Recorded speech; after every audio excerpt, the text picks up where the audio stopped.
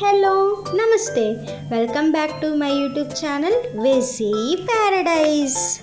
I am Gajavelli Sai Sahithi. ఈరోజు special సొరకాయ వడలు. వీటిని సొరకాయ గారెలు అని కూడా అంటారు. ఎప్పుడు రొటీన్గా మినప వడలే కాకుండా ఇలా డిఫరెంట్గా ట్రై చేయాలనిపిస్తుంది కదా. Let's begin the recipe process. First అయితే నేను పావు కేజీ సొరకాయని తీసుకొని పైన ఉన్న చెక్కును తీసేసి ఇలా తురిమి ఉంచుకున్నాను.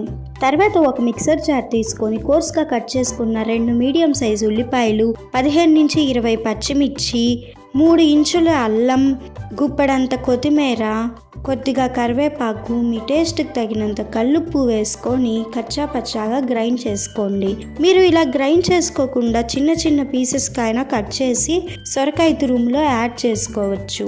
ఇప్పుడు ఒక ఎడల్పాటి బౌల్ తీసుకొని అందులో రెడీగా ఉన్న సొరకాయ తురుము, గ్రైండ్ చేసి ఉంచుకున్న పేస్ట్, బియ్యపిండి, 1 టేబుల్ స్పూన్ జీలకర్ర యాడ్ చేసుకొని బాగా మిక్స్ చేసుకోవాలి. బియ్యపిండి క్వాంటిటీ ఇంత సొరకాయకి ఇంతే తీసుకోవాలి అనేం లేదు.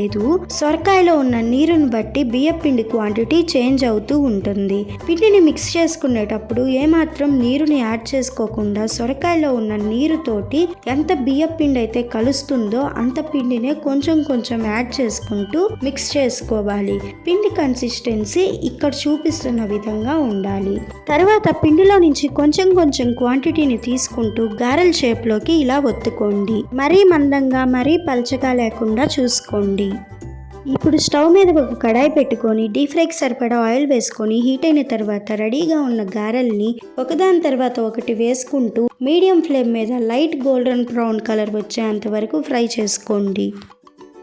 డీప్ ఫ్రై హెల్త్కి అంత మంచిదని అయితే నేను చెప్పను, కానీ అప్పుడప్పుడు మినపవడలు, మినపగారెల ప్లేస్లో ఈ సొరకాయ వడల్ని రీప్లేస్ చేసుకోండి. ఇలా రెడీ అయిన సొరకాయ వడల్ని వేడి వేడిగా సర్వ్ చేసుకున్న, చల్లారిన తర్వాత తిన్నా ఎంతో టేస్టీగా ఉంటాయి. రెసిపీ నచ్చిందా? అయితే ఖచ్చితంగా ట్రై చేసి చూడండి. Stay tuned for more interesting recipes.